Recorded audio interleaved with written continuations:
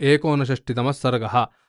रावणाभिषेणनम्। तस्मिन् हते राक्षससैन्यपाले प्लवङ्गमाना मृषभेण युद्धे भीमायुद्धं सागरतुल्यवेगं विदुद्रुवैर्राक्षसराजसैन्यं गत्वाथ रक्षोऽधिपते शशंसुः सेनापतिं पावकसूनुशस्तं तच्छापि तेषामचलं निशम्य रक्षोऽधिपः क्रोधवशं जगाम सङ्ख्ये प्रहस्तं निहतं निशम्य शोकार्दितः क्रोधपरीतचेताः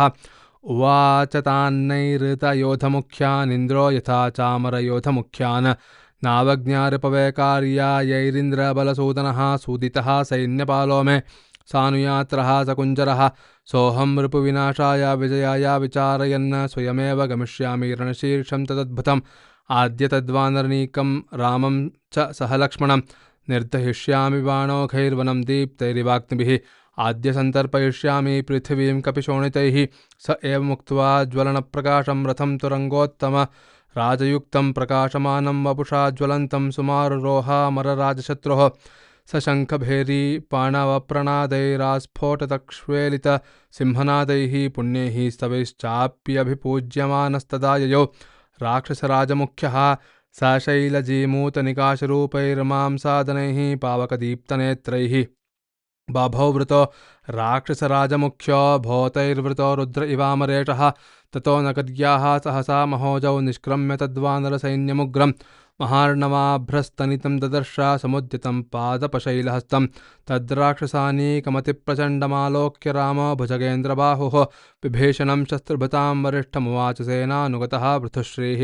नानापताकाध्वजशस्त्रजुष्टं प्रासासि शूलायुधशस्त्रजुष्टं सैन्यं महेन्द्रोपमनागजुष्टं कस्येदमक्षोभ्यमहीरुजुष्टं ततस्तु रामस्य निशम्यवाक्यं विभीषणः चक्रसमानवीर्यः शशंस रामस्य बलप्रवेशं महात्मनां राक्षसपुङ्गवानां योऽसौ गजस्कन्धकतो महात्मा नवोदितार्कोपमताम्रवक्त्रः प्रकम्पयन्नागशिरोऽभ्युपैति ह्यकम्पनं तेन मवेहि राजन् योऽसौ रतस्थो मृगराजकेतुर्धोन्वन्धनुः चक्रधनुः प्रकाशं करीवभात्युग्रविवृत्तदंष्ट्रः स इन्द्रजिन्नाम वरप्रधानः यश्चैश्च विन्ध्यास्तमहेन्द्रकल्पो धन्वी रतस्थोऽतिरथोऽतिवीरः विस्फार्यंश्चापमतुल्यमानं नाम्नातिकायोऽतिविवृद्धकायः योऽसौ नवार्कोदितताम्रचक्षुः आरुह्य कण्ठान्यनदप्रणादं गजं खरं गर्जति वै महात्मा महोदरो नाम स एष वीरः योऽसौ हयं काञ्चनचित्रभाण्डमारुह्य सन्ध्याभिगिरिप्रकाशं प्रासं समुद्यम्य मरीचदग्धं पिशाच एषो शनितुल्यवेगः यश्चैव शूलं निशितं प्रगह्य विद्युत्प्रभं किङ्करवज्रवेगं वृषेन्द्रमास्थाय गिरिप्रकाशमायाति योऽसौ त्रिशिरा यशस्वी असौ च जीमूतनिकाशरूपः कुम्भः पृथून् व्यूढसुजातवृक्षाः समाहितः पन्नगराजकेतुः विस्फारयन् भाति धनुर्विधून्वन् यश्चैष जाम्बूनतवज्रजुष्टं दीप्तं सधूमं परिघं प्रगह्य आयाति रक्षो बलकेतुभूतस्त्वसौ निकुम्भोद्धूतघोरकर्मा यश्चैष चापासि शरौघजुष्टं पताकिनं पावकदीप्तरूपं रथं समास्थाय विभात्युदग्रो नरान्तकोऽसौ नागशृङ्गयोधि यश्चैश्च नानाविधघोररूपैर्व्याघ्रोष्ट्र नागेन्द्रमृगाश्ववक्त्रैः भूतैर्वृतो भाति विवृत्तनेत्रैः सोऽसौ सुराणामपि दर्पहन्ता यत्तैन्दुप्रतिमं विभाति छत्रं स्थितं सूक्ष्मशलाकमग्र्यम् अत्रेष रक्षोऽधिपतिर्महात्मा भूतैर्वृतो रुद्र इवावभाति असौ किरीटी चलकुण्डलास्यो नगेन्द्रविन्ध्योपमभीमकायः महेन्द्र वैवस्वतदर्पहन्ता रक्षोऽधिपः सूर्य इवावभाति प्रत्युवाच ततो रामो विभीषणमरिन्दमम् अहो दीप्तो महातेजा रावणो राक्षसेश्वरः आदित्येव दुष्प्रेक्ष्यो रश्मिर्भाति रावणः सुव्यक्तं लक्षये ह्यस्य रूपं तेजस्समावृतं देवदानववीराणां वपुनैर्वंविधं भवेत् यादृशं राक्षसेन्द्रस्य वपुरेतत् प्रकाशते सर्वे पर्वतसङ्काशाः सर्वे पर्वतयोधिनः सर्वे दीप्तायुधधरा योधाश्चास्य महोजसः भाति राक्षसराजोऽसौ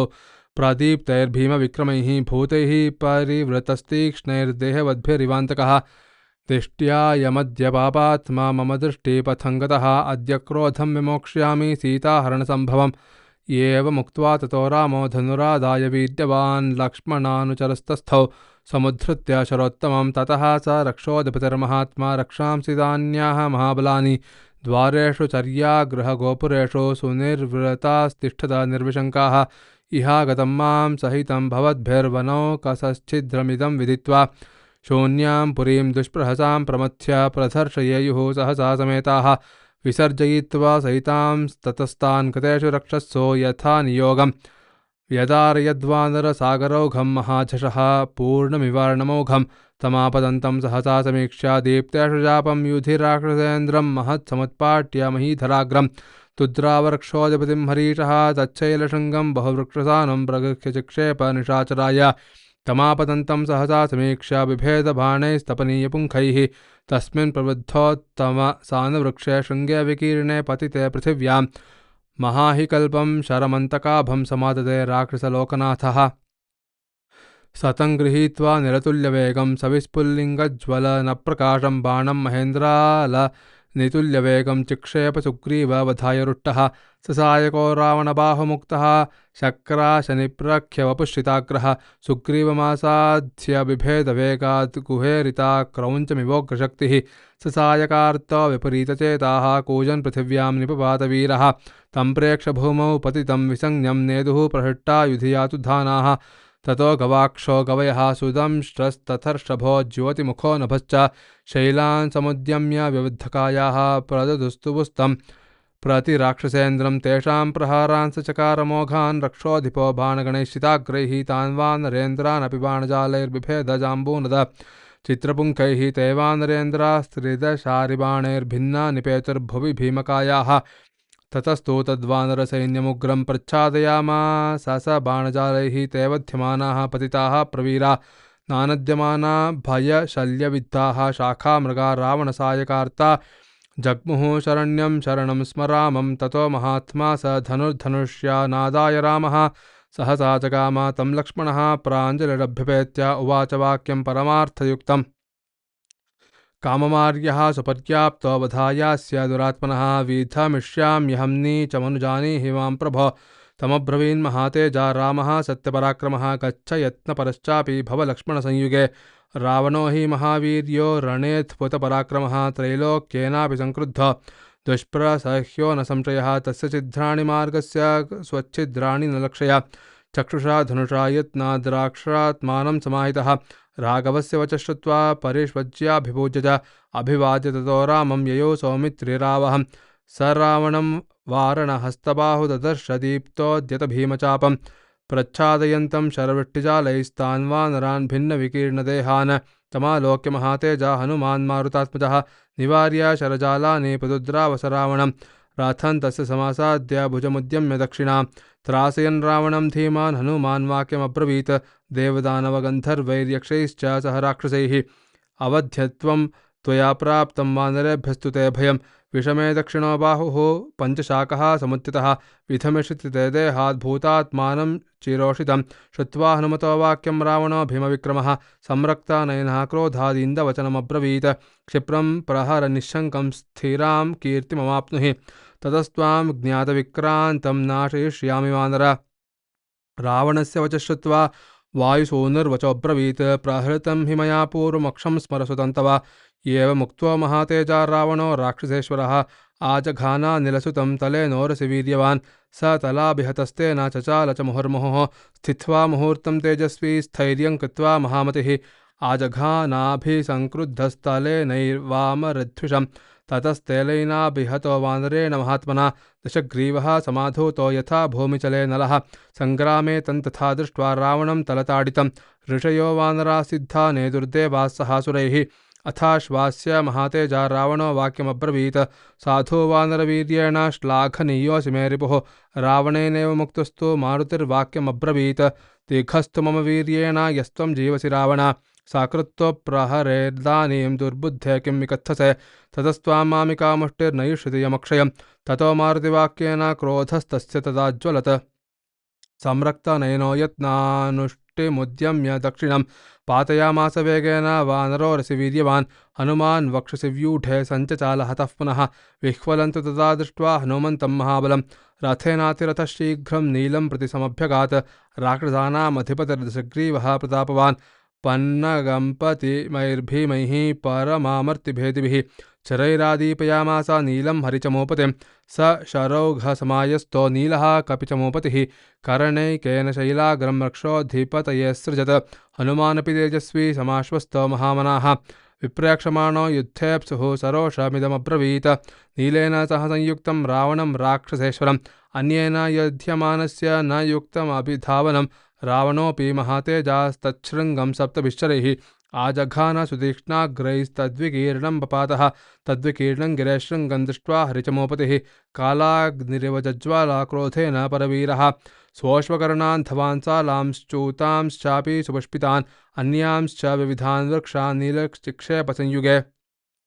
सतान् वृक्षान् समासाद्य प्रतिचिच्छेद रावणः अभ्यवर्षत्सु घोरेण शरवर्णेन पावकिम् अभिवृष्टः शलोखेन मेघेनेन महाचलः रस्वं कृत्वा तदारूपं ध्वजाग्रे निपपातः पावकात्मा जमालोक्य ध्वजाग्रे समुपस्थितं चज्वाला रावणः क्रोधात् ततो नीलो ननाद च ध्वजाग्रे धनुषश्चाग्रे किरीटाग्रे च तं हरिं लक्ष्मणोऽथ हनुमांश्च दृष्ट्वा रामश्च विस्मिताः रावणोऽपि महातेजाः कपिलाघवविस्मितः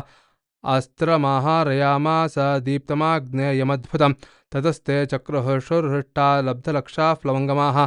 नीललाघवसम्भ्रान्तं दृष्ट्वा रावणमाहवे वानराणां च नादेन संरब्धो रावणस्तदा सम्भ्रमाविष्टहृदयो न किञ्चित् प्रत्यपद्यत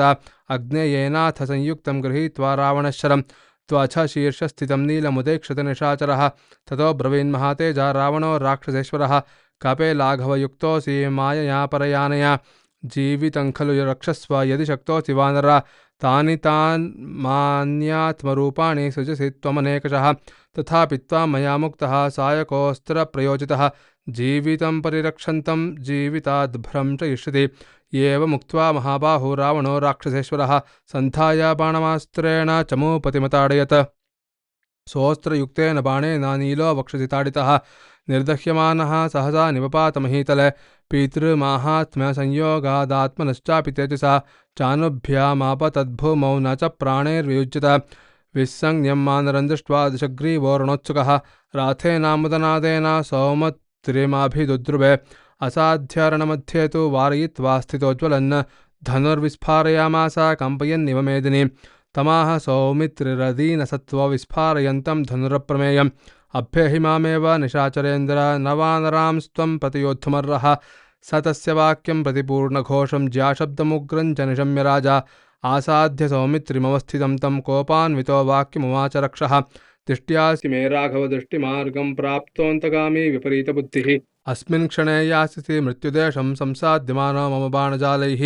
तमाह सौमित्रिरविस्मयानो गर्जन्तमुद्वृत्तशिताग्रदं श्रं राजन्न गर्जन्ति महाप्रभावा विकत्थसे पापकतामरिष्ठ जानामि वीर्यं तव राक्षसेन्द्र बलं प्रतापं च पराक्रमं च अवस्थितोऽहं शरचापपाणिरागच्छ किं मोघविकत्थनेन स एव मुक्तः कुपितः ससज्जरक्षोधिपः सप्तचरान् सुपुङ्खान् तान् लक्ष्मणः काञ्चन चित्रपुङ्खैश्चिच्छेदबाणैर्निशिताग्रधारैः तान् प्रेक्षमाणः सहसा निकृत्तान्निकृत्तभोगानिव पन्नगेन्द्रान् लङ्केश्वरः क्रोधवशं जगाम ससर्ज चान्यान्निशितान् पृषत्कान् स बाणवर्षन्तु ववर्षतीव्रं रामानुजः कार्मुकसम्प्रयुक्तं क्षुधार्धचन्द्रोत्तम कर्णिभल्लैः शरांश्च चिच्छेदनचक्षुभे च स बाणजालान्यथ तानि मोघानि पश्यन्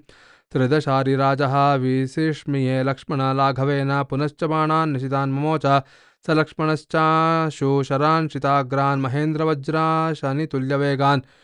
सन्धाय चापे ज्वलनप्रकाशान् ससज्जरक्षोधिपतेर्वधाय सतान् प्रचिच्छेद हि राक्षसेन्द्रश्चित्वा च तान् लक्ष्मणमाजघान शरेण कालाग्निसमप्रभेन स्वयंभुदत्तेन ललाटदेशे स लक्ष्मणो रावणसायकार्तश्चचाल चापं शिथिलं प्रगृह्य पुनश्च संज्ञं प्रतिलभ्यकच्राच्चिच्छेदचापं प्रदशेन्द्रशत्रोः निकृत्तचापं त्रिभिराजघान बाणैस्तदा दाशरतिशिदाग्रैः ससायकार्तो विचचालराजा कृच्छ्राच्च संज्ञां पुनराससादा सकृत्तचापः शरताडितश्च मोदार्द्रगात्रो रुधिरावसिक्तः चक्राहशक्तिं समुदकृशक्तिः स्वयंभूदत्तां युधि देवशत्रुः सतां विधूमानलसन्निकाशां मित्रासिनं वानरवाहिनीनां चिक्षेपशक्तिं तरसा ज्वलन्तीं सौमित्रिये राक्षसराष्ट्रनाथः तामापतन्तीं भरतानुजोग्रैर्जघानबाणैश्च हुताग्निकल्पैः तथापि सा तस्य विवेशशक्तिः बाह्वन्तरं दाशरथैर्विशालं च शक्तिमान् शक्तिसमाहतः सन्न भौमो प्रज्ज्वाला रघुप्रवीरः तं विह्वलन्तं सहसाभ्युपेत्य जग्राह राजा तरसा भुजाभ्यां हिमवान् मन्दरो मेरुस्त्रैलोक्यं मा सहामरैः शक्यं भुजाभ्यामुद्धर्तुं न संख्ये भरतानुजः शक्या बाह्यामापि सौमित्रिस्ताडितस्तु स्तनान्तर विष्णोरचिन्त्यं स्वं भागमात्मानं प्रत्यनुस्मरन् ततो दानवदर्पघ्नं सौमित्रिं देवकण्टकः तं पीडयित्वा बाहुभ्यामाप्रभुर्लङ्घने भवत् अथ वायुसुतः क्रुद्धो रावणं समभिद्रवत् अजघानोरसि क्रुद्धो वज्रकल्पेन मुष्टिना तेन मुष्टिप्रहारेण रावणो राक्षसेश्वरः चानुभ्यामपतद्भौमो चचार च पपात च अस्त्रैः सानेत्रश्रवणैर्ववाम रुधिरम्बहो विघूर्णमानो निश्चेष्टरतोपस्थोपाविशत विसंज्ञो मूर्छितश्चासीन्नस्थानं समालभत विसंज्ञं रावणं दृष्ट्वा समरे भीमविक्रमं ऋषयो वानराः सर्वे नेतुर्देवाः सवासवाः हनुमानपि तेजस्वी लक्ष्मणं रावणरतितम् आनयद्राघवाभ्याशं बाहुभ्यां परिगृह्य तं वायुसूनोऽसुहृत्वेन भक्त्या परमया च सह शत्रूणामप्रकम्प्योऽपि लघुत्वमागत्कपेः तं समुत्सृज्य सा शक्तिः सौमित्रं युधि दुर्जयं रावणस्य रथे तस्मिन् स्थानं पुनरुपागता आश्वस्तश्च विशल्यश्च लक्ष्मणः शत्रुसूदनः विष्णोर्भागममीमांस्यामात्मानं प्रत्युनस्मरन् रावणोऽपि महातेजाः प्राप्य संज्ञामहाहवे अददेत् निशितान् बाणान् जग्राह च महाधनुः निपातितमहावीरां द्रवन्तीं मानुरीं च मम राघोवस्तु रणे दृष्ट्वा रावणं समभिद्रवत आथैनमुपसङ्गम्य हनुमान् वाक्यमब्रवीत् मम पृष्ठं समारुह्य राक्षसं शास्तुमर्हसि विष्णुर्यथा कुरुत्मन्तं बलवन्तं समाहितः तच्छ्रुत्वा राघववाक्यं मायपुत्रेण भाषितम् आरुरोह महाशूरो बलवन्तं महाकविं रतस्थं रावणं संख्ये ददर्श मनुजाधिपः तमालोक्य महातेजाः प्रदुद्रावस राघवः वैरोचनमिव क्रुद्धो विष्णुरभ्युद्यथायुधः ज्याशब्दमकरोत्तीव्रं वज्रनिष्पेषनिस्वनं गिरा गम्भीरया रामो राक्षसेन्द्रमुवाचः तिष्ठ तिष्ठ मनुत्वं हि कृत्वा विप्रियमीदृशं क्व नु राक्षसशार्दूला गतो मोक्षमवाप्स्यसि यदीन्दवैवस्वत भास्करान् वा स्वयंभो वैश्वानरशङ्करान् वा गमिष्यसि त्वं दश वा दिशोऽथा वा तथापि मेनाद्य गतो विमोक्षसे यश्चैष शक्त्याभिहतस्त्वयाद्य इच्छन् विवादं सहसाभ्युपेतः स एष रक्षो गणराजमृत्युः सपुत्रदारस्य तवाद्य युद्धे एतेन चाप्यद्भुतदर्शनानि शरैर्जनस्थानकृतालयानि चतुर्दशान्यात्तवरायुधानि रक्षसहस्राणि निषोदितानि राघवस्य वच श्रुत्वा राक्षसेन्द्रो महाकविं वायुपुत्रं महावीर्यं महन्तं राघवं रणे रोषेण महताविष्टः पूर्ववैरमनुस्मरन् आजघान शरैस्तीक्ष्णैः कालानलशिखोपमैः राक्षसेनाहवे तस्य ताडितस्यापि सायकैः स्वभावतेजोयुक्तस्य भूयस्तेजोऽभ्यवर्धत ततो रामो महातेजा रावणेन कृतव्रणं दृष्ट्वा प्लवकशार्दूलं क्रोधस्य वशमेवान् तस्यापि चङ्क्रम्य रथं चक्रं शाश्वध्वजच्छत्रमहापताकं ससारथिं सा शनिशूलखड्गं रामः प्रचिच्छेद शरैः सुपुङ्कैः अथेन्द्रशत्रुं तरसा जघान बाणेन वज्रा शनिसन्निभेन भुजान्तरे व्यूढसुजातरूपे वज्रेण मेरुं भगवान् निवेन्द्रः यो वज्रपाता शनिसन्निपातान्न चक्षुभेनापि चचाल राजा स रामबाणाभिहतो भृशार्थश्च चालचापञ्च ममोच वीरः तं विह्वलन्तं प्रसमीक्ष रामः समादते दीप्तमतार्थचन्द्रं तेनार्कवर्णं सहसा किरीटं चिच्छेदक्षोधिपतेर्महात्मा तं निर्विशाशीषविषसन्निकाशं शान्तार्चिषं सूर्यमिवाप्रकाशं गतश्रियं कृत्तकिरीटकूटमुवाच रामो युधि राक्षसेन्द्रम् कृतं त्वया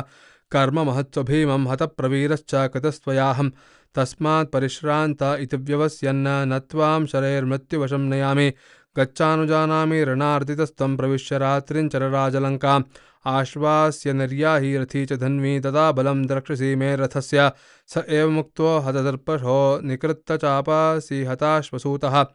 शरार्दितः कृत्तमहाकिरीटो विवेशलङ्कां सहसा स राजा तस्मिन् प्रविष्टे रजनीचरेन्द्रे महाबले दानवदेव शत्रौ हरीन् विशल्यान् सह लक्ष्मणेन चकार रामः परमाहवाग्रे तस्मिन् प्रभिन्ने त्रिदशेन्द्रशत्रौ सुरासुरा भूगणादिशश्च ससागराः सर्षिमहोरगाश्च तथैव भौम्यम्बुचराश्च रिट्टाः। इत्यार्षे श्रीमद् रामायणे वाल्मीकिये आदिकाव्ये चतुर्विंशतिसहस्रिकायां संहितायां युद्धकाण्डे रावणाभिषेचनं नाम 59तमः सर्गः। जानकीकान्तस्मरणं। जय जय राम राम।